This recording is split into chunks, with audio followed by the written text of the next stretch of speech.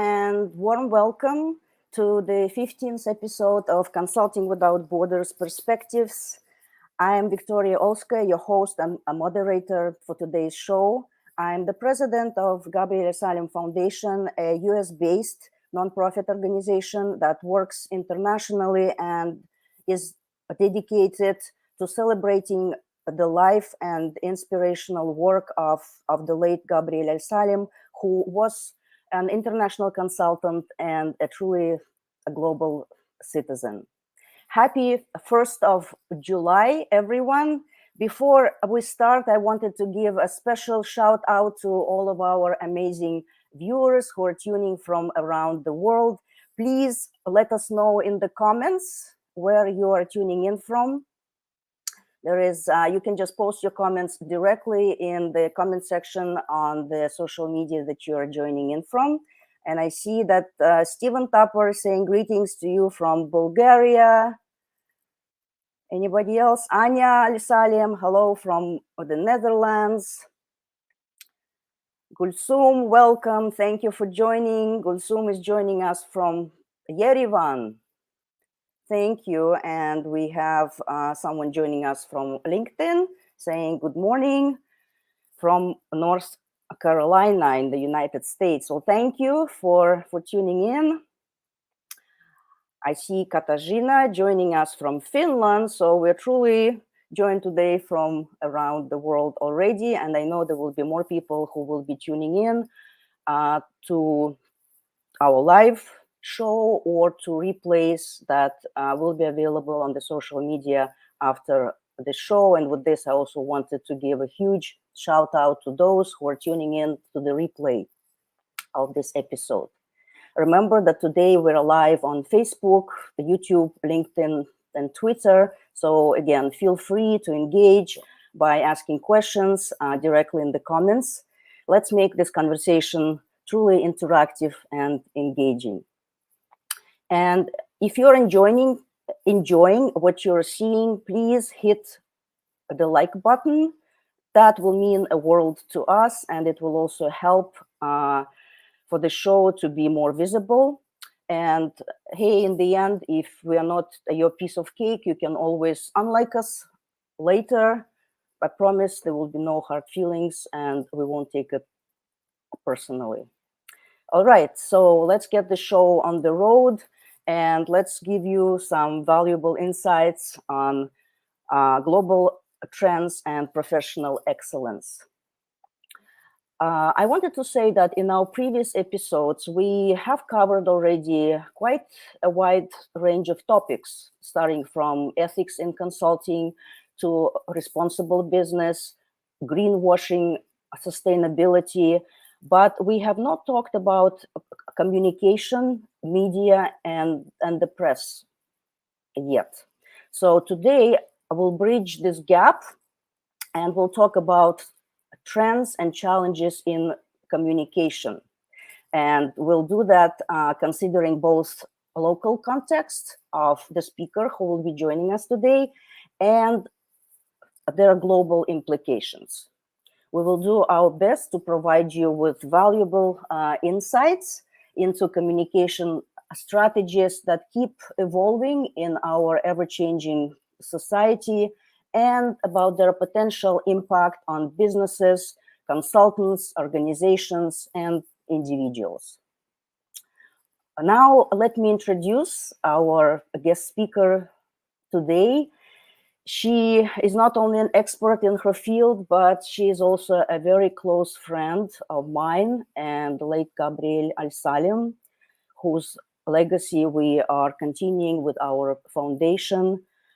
We met our speaker today in 1994 when Gabriel and I started working in Kazakhstan. Our friendship has endured over all these years, and our families have grown together, and we're very happy that our daughters, who are same age, also continue to be friends, and they even live in the same country now. Well, before I continue, I wanted to acknowledge a few more people who are joining us today. Lisa, joining us from Oregon. Yeah, thank you very much for being here with us. And also Zauria. Yeah, thank you. Welcome everyone. So going back to our speaker today, she has an impressive, almost a 30-year track record in various communication disciplines, starting with public relations, public awareness, and going into corporate communications, crisis management, and marketing communications. It is true to say that her expertise has made a deep impact on the communication landscape in Kazakhstan, where she is from, and in all of Central Asia. She's the founder of the Kazakhstan Press Club, which is one of the first independent organizations, media organizations in Kazakhstan. She is also the leader of PG Communications, and she has positioned both organizations to become leaders in the region, known for their excellency. She has also successfully managed PR and public awareness campaigns for large donor organizations such as the USAID, World Bank, UNDP, and others working in the region. So please give a warm virtual welcome to Assel Karaulova, joining us all the way from Kazakhstan. Welcome. Hello. Welcome, and thank you for being with us today on Saturday night in Kazakhstan. We really appreciate that you're giving us your time and will share your expertise on the topic that I know is of great importance to anyone. I also wanted to welcome Tim Son, who is joining us from Pennsylvania. Tim is always here to support us. Yeah, thank you so much, Tim. Always a pleasure to have you. So, Asel, we are very good friends. We don't have a chance to see each other in person, unfortunately, that unfortunately. much. So at least it's so good to see you, virtually, and have a chance to talk to you on sort of the professional basis. Because when we met in 1994, we did meet while we worked on the project. And then we became close friends, and it's so dear to me that our daughters are remaining in close contact. And actually, to lighten this up a little bit, I wanted to show a photograph, and I got the approval from. Oh, really? Okay. From at least one of the daughters. I hope the other one doesn't mind. So this is our daughters when they were just small. In Kazakhstan, and how sweet. Right, and the more recent one when they're already young ladies living and studying and living in the Netherlands. Yeah, that's great. So yep, great photos, great memories, Vika. Thank you very, very much for having me, for inviting me. Can't believe it's been almost 30 years when we met, and that I've been on the market. Hello, Gulsum. I see Gulsum, and I see Zauria from Kazakhstan. Thank you for joining us. It's very important. I think you're doing a really great job with this program, Victoria, because I've seen some of the programs, and they cover a variety of topics. And I think it's really great because, of course, we all remember Gabriel, and we remember his impact into the consulting industry.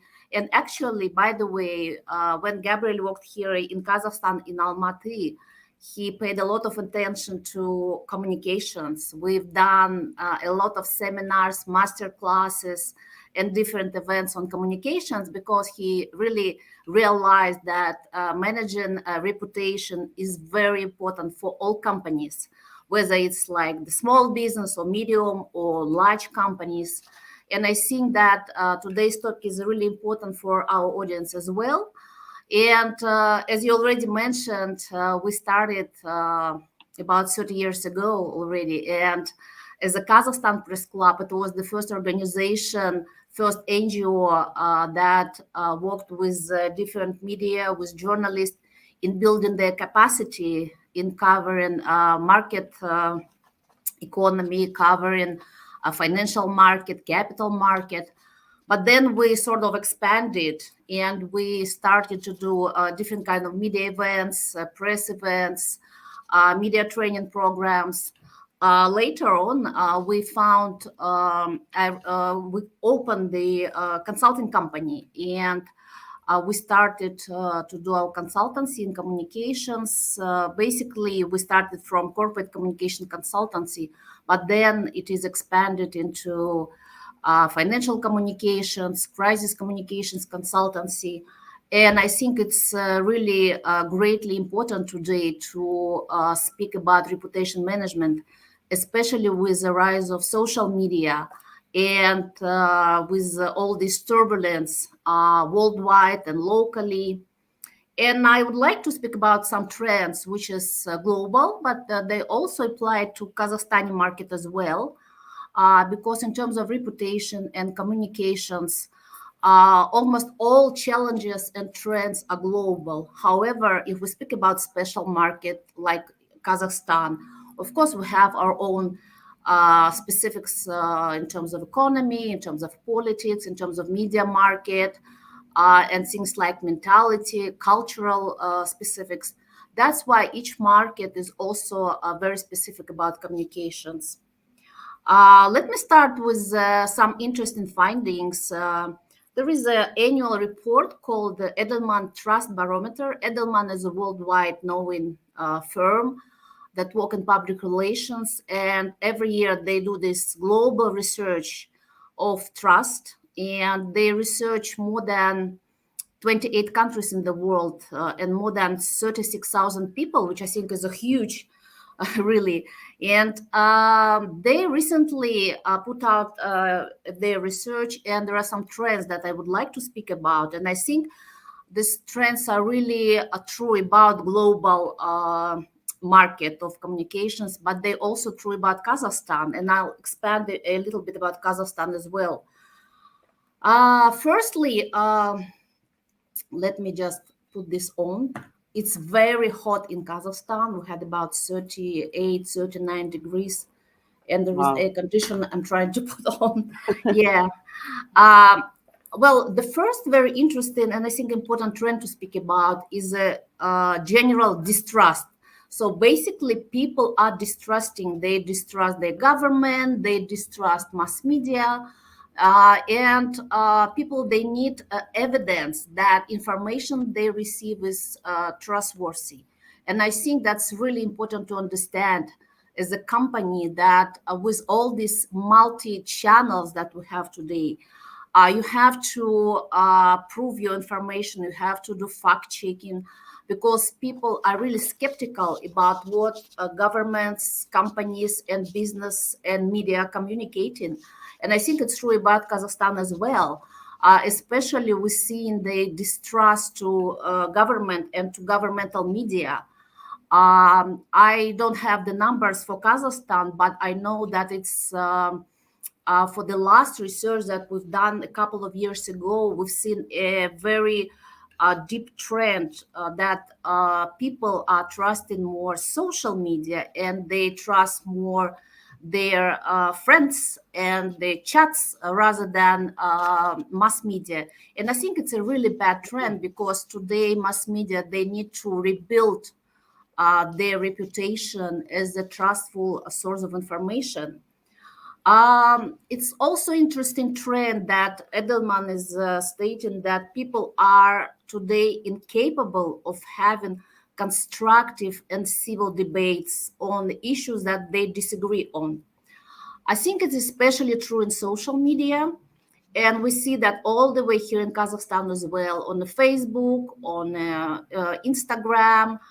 Unfortunately, there are a lot of conflicts between people. And if you talk about Kazakhstan, that the war is in Ukraine sort of divided people into two groups, for and against. And we see a lot of hate language today in social media. We see a lot of fake news, and sort of it is dividing our society. I think it's really sad to see that trend. And it's today companies and also government and media, they need to think how to overcome that. It's also very important that people today have a really civil debates without hates, but that they will be able to listen 2 or 3 different opinions and then decide for themselves. Another trend that I think is very, very interesting and also important for Kazakhstan as well is the businesses more trusted today compared to NGOs, to the government, to the mass media. It's really interesting trend, because before maybe 5 years ago, we've seen that NGO, non-governmental organizations, are the most trusted. But I think with the changing landscape of communications and with all these political challenges, economical challenges that we have, the trust is shifted to the business. People expect much more from business today, not just paying taxes and paying salaries on time, but they expect a responsible business, the business that listen to their employees. And it's interesting that 77% of those respondents from Edelman Trust Barometer research, they said that they trust my employer, which I think creates a truly new way for CEO of the companies to communicate with their employees, to build their brand as the head of the companies. It's really interesting trend, and I think this trend arises also after COVID, because during the COVID, we've seen that people are really looking for their managers to show empathy, to show that they're important for them, to talk to them directly. And I think this trend is rising. And employees today are really looking to the direct communications between top management and low-level employees. And it's important that heads of the companies use their internal communications channels to build transparent, empathical communications, that they will be flexible and involved in day-to-day communications and talks with their employees.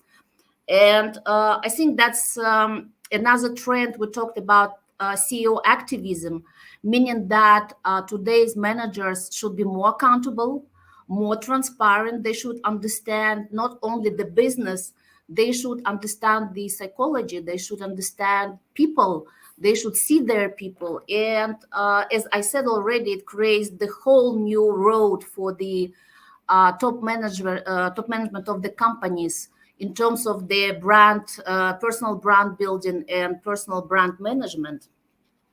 As I already mentioned, the media is really not trusted today, especially government-funded media. And we see it in Kazakhstan, because in Kazakhstan, government is really investing in media. We have a lot of so-called paid content, which is not really a great trend.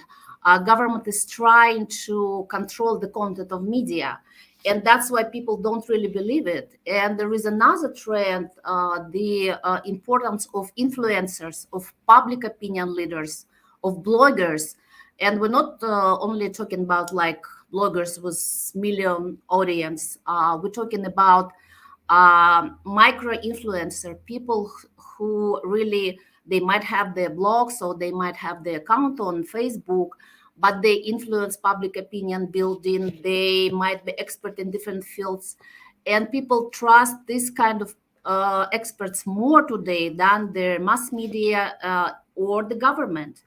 And I think it's also extremely important to understand, because when companies, corporations building their communications today, they should work with those influencers. They should research and address their key issues, key messages, key challenges through these influencers as well.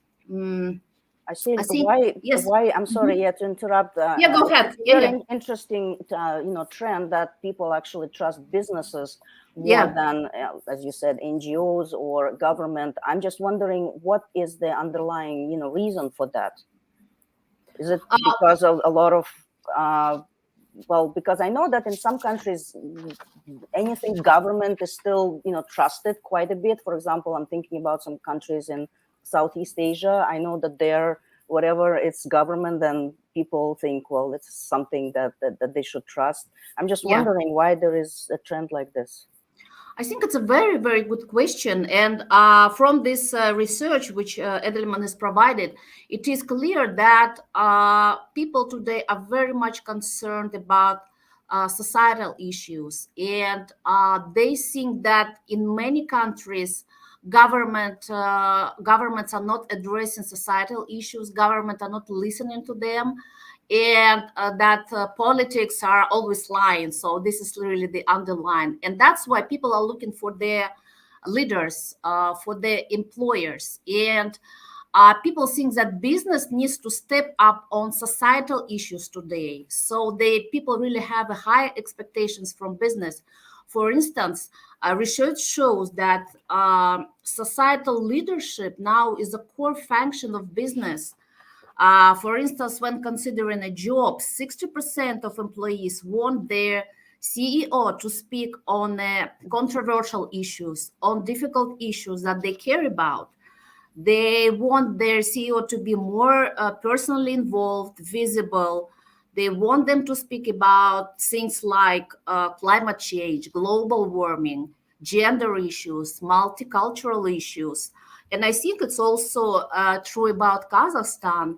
Maybe like things like global warming is not really on the agenda today compared to other countries, but things like gender issues or payment inequality or multicultural issues are very, very important, and it's a sort of hot topics for our country and for other countries as well. And I think answering your question that people really, they do not trust the government because they see that government is not making enough efforts to protect people, and they also don't trust media because they see a lot of fake news coming from different sources of information. And people today really, in many cases, they're stressed by so many channels of information. They stressed by all this kind of social media news, by fake news, and they turn to their employer. They want to hear more from their leaders. They want their leaders to be involved, to be more transparent, and show. They want to see empathy, and I think that's why this shift is going toward business.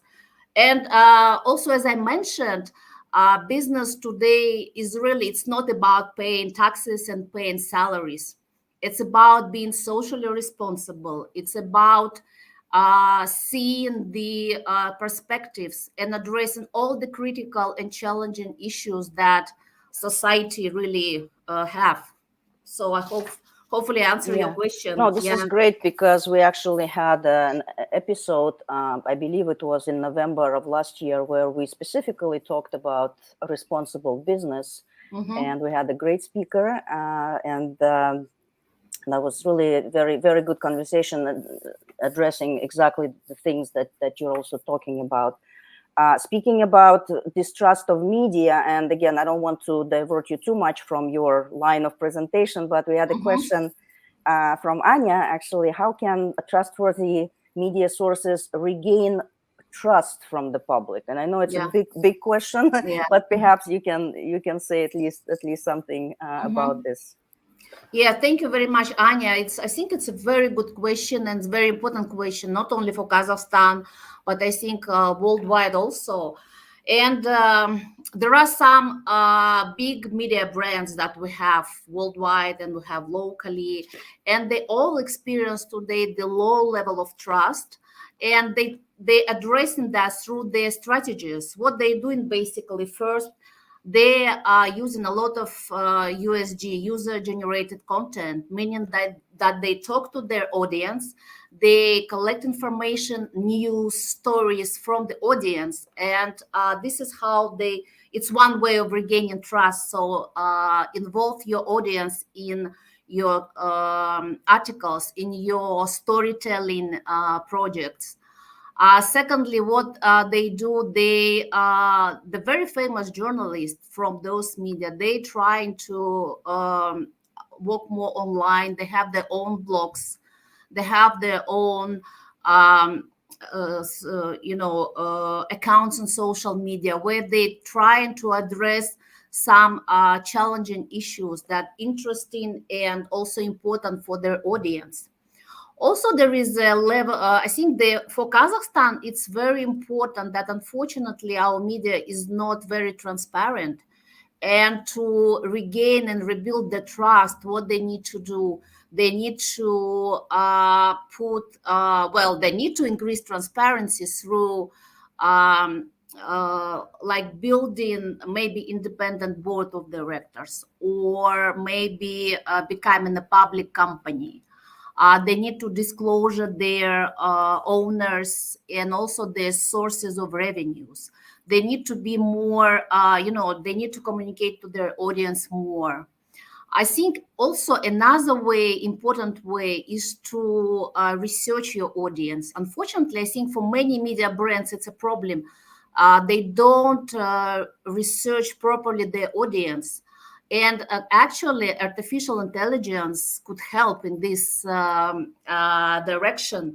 I think it's a very good way today for media to use AI to deeply research their audience, their demographics, and other characteristics in order to address their needs. Media should understand who is their audience, what they want, what they really need in terms of their information they want to receive, or channels they want to receive. Maybe they don't want to subscribe for print media like Financial Times or whatever, but maybe they want to subscribe online, and they could have options to go online, to go and see this media in different sources of communications and communication channels. So basically, media is also need to use different channels of communications, even TikToks, even Instagram, to promote their content. And also, I think it's important now to build trustworthy content. So content should be checked. So fact checking is very, very important. There are a lot of tools that for media today that they could check their facts, and they should present 2 or 3 different opinions, not just one story and one opinion. And they should build sort of a platform for independent dialogue. And I think that's also important.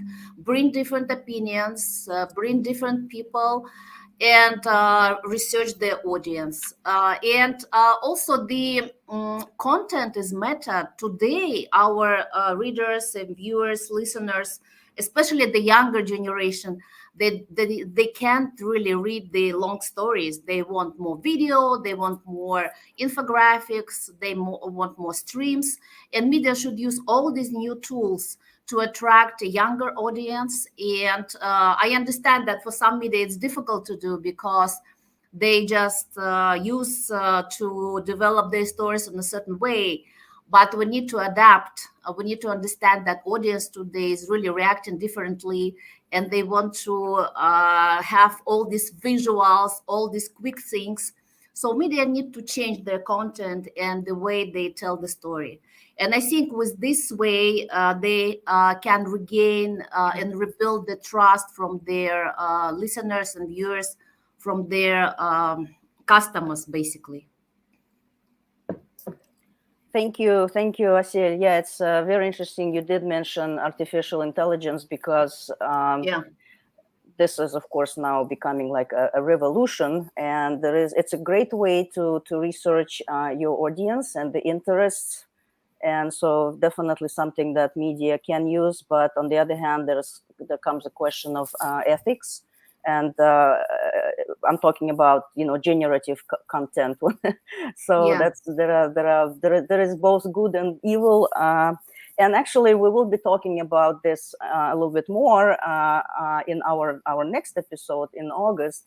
So this is all very relevant, very interesting, very much to the point. I saw a question coming up from Stephen Tupper. Yeah, thank you, Stephen, for being here with us today. I know he's joining us from Bulgaria. He said, so he's making a comment saying that fake news is a problem, but in some cases the fakes come from the public. That is, there may not be a straight dichotomy of media versus public. So that goes in line with what you were saying. Yes, Stephen, you're right that in many cases, fakes comes from the public. Yes, and this is the problem. But I think media, they have all the tools. They have all the institutional, basically settings to fight the fake news. And that's why when, for instance, we read certain media, we need to understand that all the news are checked and that all the facts are checked. When we read, for instance, just a blogger or just person's somebody's on the Facebook, it doesn't necessarily mean that the facts are checked. That's why I think it's important today to rebuild this institution of trusted media. And as I mentioned, in each country, we have very well known and developed media brands. And those media brands, they need to put efforts today. And I think they need to invest into the, into the fact checking, into the infrastructure, so the people know that they could trust those media. And of course, we cannot stop fake news from, particular person, but we can stop fake news, and we can have a checked and balanced information from media. And I think and I believe that, and it's very important for Kazakhstan. Maybe in other countries, I'm not sure how really it's in other countries, but for Kazakhstan and for the Central Asia regions, it's very, very important today, because we see that in many cases, for instance, when government is funding the media, when they pay media, there is some information coming from the government, but it is not necessarily balanced information. It is not necessarily checked information. So it might be a propaganda. And I think it's very important today that we will have this checked information rather than pure propaganda, which we see today coming from the Russian media. Thank you, Assel, for all this great information that you are sharing. I don't know if you've finished talking about the trends and that you started talking about. If you have something to add, that's fine. But I also, at some point, it would be so interesting to hear from you about the state of media in Kazakhstan in general, especially because just a couple of days ago, you celebrated the day of the media workers, right? The День журналистики in Kazakhstan. And I looked it up, and it seems like it's a specific day in Kazakhstan only. So it's not an international day of press or mass media, but it's specifically for Kazakhstan. So I was just curious, do you know the story of why it started, and in general, like, how is the landscape of mass media and the press in Kazakhstan, nowadays in this new era of digital and AI and everything? Yeah, thank you very much, Victoria. Yes, we just celebrated the Journalism Day. It's a big stuff here in Kazakhstan. People celebrating like for the whole week, maybe more, sometimes months, because it's a different companies that do different events for journalists, workshops, and also some, media parties and different stuff. and it's a really, really big day. And yesterday we had this what we call День Ж, Day J, and it was also the very important part when we, you know, celebrated the best journalist, and we provided a certain awards to the best journalists in Kazakhstan. And those award was like in business journalism and investigative journalism, in IT journalism, and other different categories.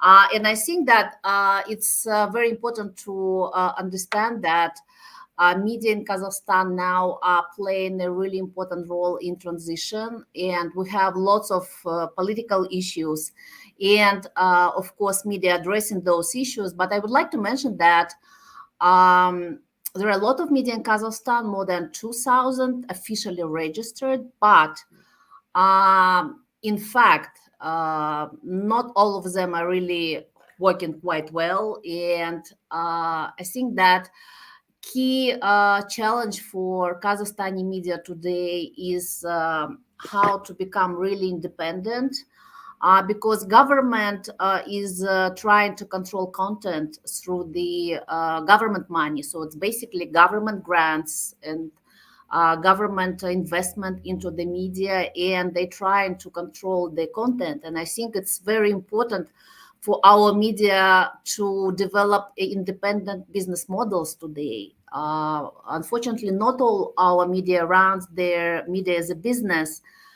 In many cases, they do not research their audience, they don't do marketing research, financial stuff. So it's basically not like proper media management. And this is one of the issues for local media. So we need to bring more professional media managers into mass media, and we have to make them more transparent, because sometimes you don't know the owners, and the owner structure is not clear. So it's a big issue. Also, I think that the key challenge and maybe negative impact what we have now is the strong presence of Russian media. We still have all these Russian channels aired on local in Kazakhstan, and this is something that I think we need to address. And as I'm also the head of professional National PR Association, and we addressed that several times to the government. I think we need to close all the Russian propaganda programs, but it's still there. So, and our media, they need to build more powerful local brands in order to work with local population and influence their public opinion. Also, probably I'm sure you know, but some of the listeners, they might know that we have media in two languages, basically in Kazakh language and in Russian language in Kazakhstan. And it's sort of, I would say it's like two different worlds in terms of approaches, in terms of the topics they're covering. But now what we see is a positive moment. We see the growth of Kazakh language content in local media, the growth of Kazakh language media outlets. And I think this is very good for Kazakhstan to have the development of our own journalism and own media brands in Kazakh language. And this is something that government is also supporting. So government is supporting Kazakh language programs, TV shows, movies, all this content development. I think it's quite good. And it's also, I think, one of the trend that is very obvious for our market. Also, I think one of the problem is that in many cases journalists are not very well trained. We need more investment into journalism training, and we need more investment into especially specialization training, because our journalists in many cases, for instance, they could cover different topics. Today they write about culture, tomorrow they go for the event and cover ecology, and on Wednesday they could cover oil companies. And this is something that we need to address, because specialization is important. In order to provide a good, deep analytical content, you have to specialize on certain topics. Also, as I mentioned, social media is growing here as well, and I think it's true about all countries. But with social media, I think it's a very good for countries like Kazakhstan, because in many cases, as I mentioned, government is trying to control content. So some media are creating their independent projects. They go online, they go on like Facebook and other sources, they go on LinkedIn, and they create their independent media projects. We have great examples. For instance, Giperbare, it's a local independent project by very famous journalist Vadim Bareika, who actually for his whole life he worked for different media, but then he started his own project, and it's really really great. You know, he has a lot of viewers, and he is really influencing into the agenda, into government agenda. And I think we need more projects like this, because it's about transparency, it's about investigative journalism, which is not very well developed here. It's also about transparent information, checking the fake news, fact checks, and hopefully many more young journalists will be opening their independent projects. I think for Kazakhstan is also very important to do community journalism, and we don't really have community journalism, something that I know, for instance, in United States is developed very well. And I think that it's also one way for us to develop our media market. And we need more projects from the grassroots rather than from the government. And I see today that a lot of NGOs, they want to start their own media outlets, or at least pages in social media, and this is really important, and it's sort of shaping the whole landscape of Kazakhstani media. And I hope that in the nearest future the market will be more and more developed, especially with the help of social media and tools from artificial intelligence, and also projects like fact check. We have these fact check international projects also working in Kazakhstan. They're doing a really great job. They providing free tools to media, to basically anybody who wants to learn how to do fact checking. And on their webpage you could learn, you could receive all these tools, you could do fact checking yourself. And it's basically about building media literacy in Kazakhstan. And I think media literacy is another very important topic that I think not only important, not only in Kazakhstan but everywhere. But here Kazakhstan and Central Asian region, media literacy is really, really huge issue, and we need to increase the media literacy not only among professionals, among journalists, but also among just ordinary people. Thank you so much, Asel. Yeah, about describing the situation, the landscape of media and communication in Kazakhstan. Yeah, this is all very interesting. I know that you travel a lot, you go to international events, and you recently were at the media forum in Bonn, right? Yeah, it was a really great forum, yeah. And I'm just wondering, from the international perspective, when you're there, how do they see the media, the press in Kazakhstan, and perhaps the freedom of press? Are there any misconceptions that need to be addressed, or how do people see it on the international level? Mm-hmm. Well, it was a really great global media forum in Bonn, hosted by Deutsche Welle. They do it like annually. They bring about 2,000 people together, and they from, I believe it was more than 40 countries, discussing different media issues. And of course, we've been discussing different regions.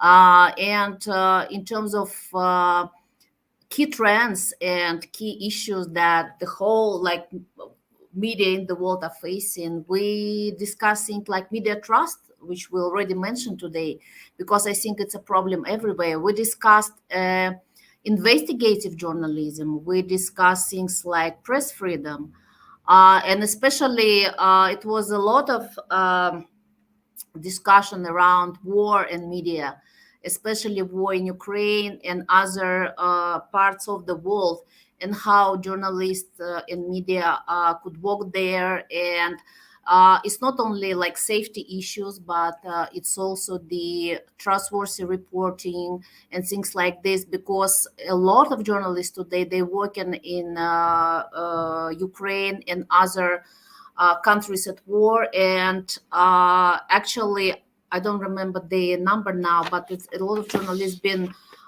killed and wounded during the last year, unfortunately. So basically, I think all countries are facing the same issues with media, but in terms of how they see our region, I think they're very much concerned about also about the huge presence of Russian media. They think that Kazakhstani population should receive information primarily from the Kazakhstani-based media and in Kazakh and in Russian language. I think the also international experts are concerned about the high involvement of the government and investment from the government, because government is investing more than the corporates today if we compare advertising market. I think that they really concerned about press freedom also, because we had some issues press freedom last year.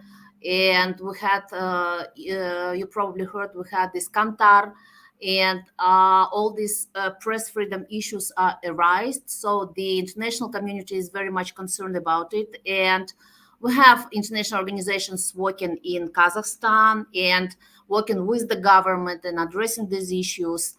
And in terms of landscape, I think that it's a bit different in all the Central Asian countries. And speaking about Kazakhstan, I think it's important today to understand that we have to develop our own independent media brands. This is like the task number one. I see. Thank you so much. Well, we talked a lot about media. There is a question that's been popping up from a LinkedIn user, and I think I know who that is because he mentioned he is in North Carolina. So Isa, because our broadcast is about, it's called Consulting Without Borders. So we have consultants who, of course, are watching us and who would like to know how consultants can be a trusted advisor. That's what the question states. And also we did promise to our viewers that we'll talk a little bit more about, reputational building, reputation, crisis management and all those things. So perhaps you can talk a little bit more about those things, a purpose-driven communication, because all this will be very applicable, not only to businesses that you already talked about, but maybe specifically to consultants as they are, building their brands and want to be trusted advisors. Yeah.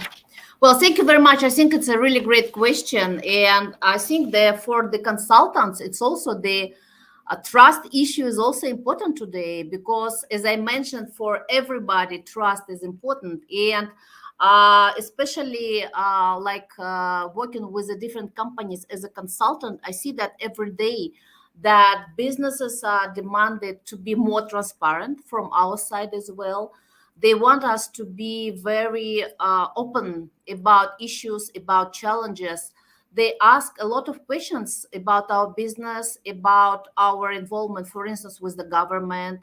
They want to understand whether consultant is ready to work with crisis communications, because it's a really rising issue. I remember when I started more than 20 years ago, when we spoke about crisis communications, we had a rule that if company is in crisis, you have 1 hour, from 1 to 6 hours to resolve that. But now you have really 15 minutes, because if you're in crisis, it might be in social media, it might be on Twitter or I don't know, Facebook, wherever. And the company should be ready. They should have the crisis communications plans in place. They should rehearse that, plans, not just, read a nice, document 50 or 100 pages, and put it on the shelf. No, you should rehearse that like every 3 months. You should be ready to communicate directly with your customers, with your consumers. You should have your team in place and ready, because it's very important in crisis that your head of the company or maybe deputy head is communicating directly to the different audiences. So all your team should know what they should do in case of the crisis. You have to have your SMM team who is monitoring the social media. They monitoring you can also monitor traditional media as well, right? But mostly crises today arise in social media. You have to monitor them every day. You have to see the trends to understand where the potential crisis might come from. You have to have your what we call the multimedia team, because today it's very important in the companies that you have your multimedia team, and they could quickly put together some videos or some other, maybe even reels for the Facebook or something for TikTok. In the case when crisis arise, you have to use all channels of communication to send your key message and send your information. So it's really, really very challenging for companies today. And if you're not prepared, you cannot run the crisis communications. If you're not prepared, you don't have time to address that and to do that properly. That's why for consultants today, it's very important. Their training level, their understanding of the businesses, their understanding of the situation. Consultants, they learning. We learn every day, so there are different new tools coming up every day, and you have to keep up with all these challenges. You have to understand how digital works versus traditional. You have to understand political issues. You have to understand all the challenges, and also when you work, for instance, with multinational companies in Kazakhstan or any other country of the world, you have to understand all the multinational issues, because I already mentioned that things like for instance, gender issue or payment inequality, they really, really true about all the countries, but in each country, for instance, in Kazakhstan, you have your own specifics. For instance, language, Kazakh versus Russian, you have to know all these things, and you have to you have to apply the international to local and to localize it. So it's quite challenging. And I think that in order for consultants today to be trusted, it should be not only well trained, it should be honest, really. You should communicate all your key issues. For instance, if you run your own business like myself, if you have certain financial issues, or you have certain problems with the cash flow, or you have certain problems with something else, you have to address that. You have to communicate that to your client. And clients also, they expect empathy. And also today, I see that there is sort of shift from the official relations to more, I would say, more partnership relationship with your clients. So you have to be partners. It's not like you provide service and they just, they sign the document. No, it's your partnership relations. You have to understand that you're in one boat.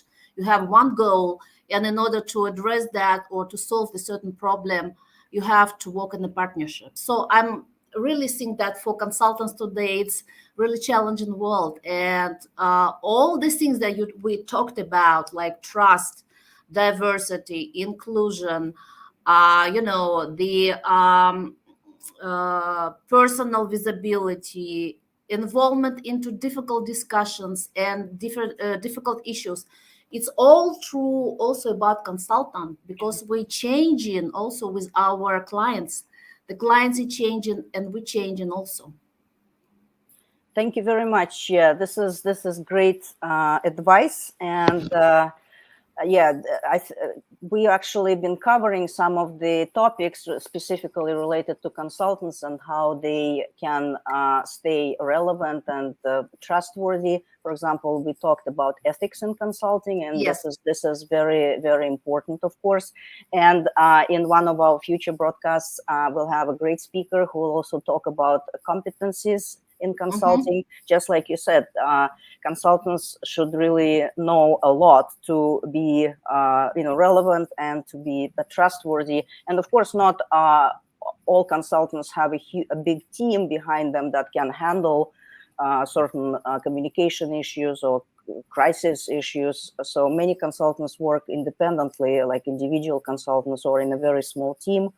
So I would say, just staying up to date, being honest, being ethical, and try to avoid the crisis, because I guess if you're already in the crisis, then it's much harder to deal with that. So we're just avoiding it altogether. You have to be prepared to avoid it. You have to be prepared. Right, right.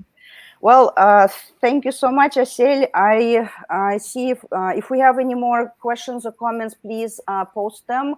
We are coming to the end of the hour, and I just wanted to thank everyone for joining us today and being a part of this very interesting discussion. And of course, a special thank you to our inspiring speaker today, Assel Karaulova, who shared her great experience working in Kazakhstan and in Central Asia and internationally in the area of communications, media, consulting, press.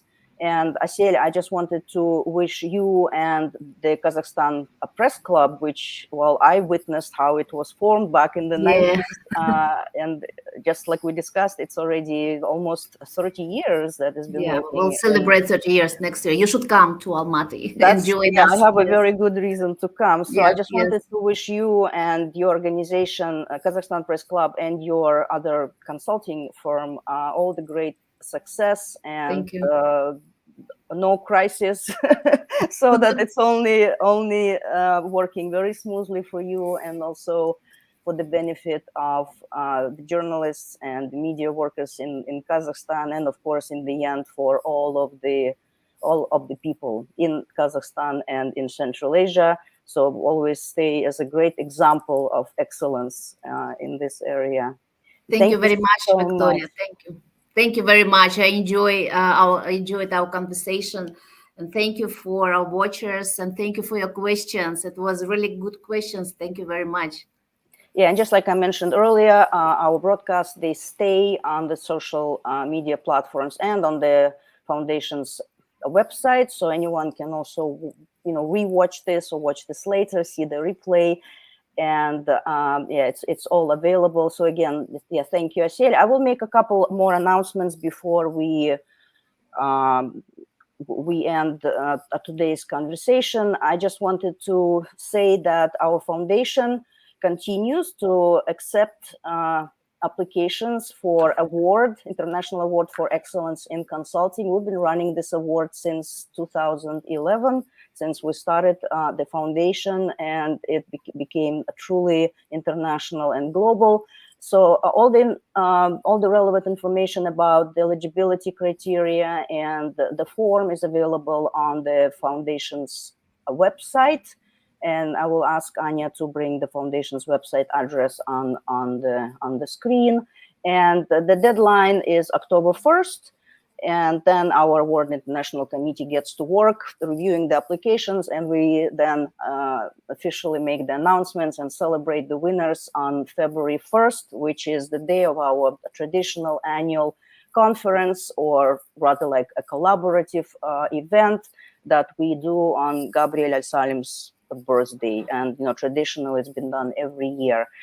This year we also run a special award for Ukraine, and this is for consultants to nominate organizations in Ukraine and in other countries which are working to help the Ukraine economy and victory in the war. And the deadline again is October 1st. The criteria is on the website. We would be very happy to receive applications for this award as well, and to celebrate those organizations who are making a great contribution to Ukraine's victory and success. So thank you again. Another quick announcement that on our next episode is coming up on August 1st, the same time at 1 o'clock, Greenwich Mean Time. And we will talk next time about artificial intelligence, AI, or as our speaker on August 1st calls it, augmented intelligence. So our speaker will be joining us from Canada. This will be Dwight Mihalitz, president of Effective Managers, which is a leading consulting firm in Canada. And he will address AI and the ethical considerations surrounding the use of AI and how it can be both good and evil if not used ethically. So please stay connected and don't miss out, and join us for this very important discussion. Once again, thank you very much for your continued support and engagement. We sincerely appreciate each and every one of you. I look forward to seeing you again on August 1st. And in the meantime, please have a fantastic month of July ahead of you. Take care. Goodbye. And thank you so much, Asel, again. Thank you. For being here today. Bye. Bye-bye.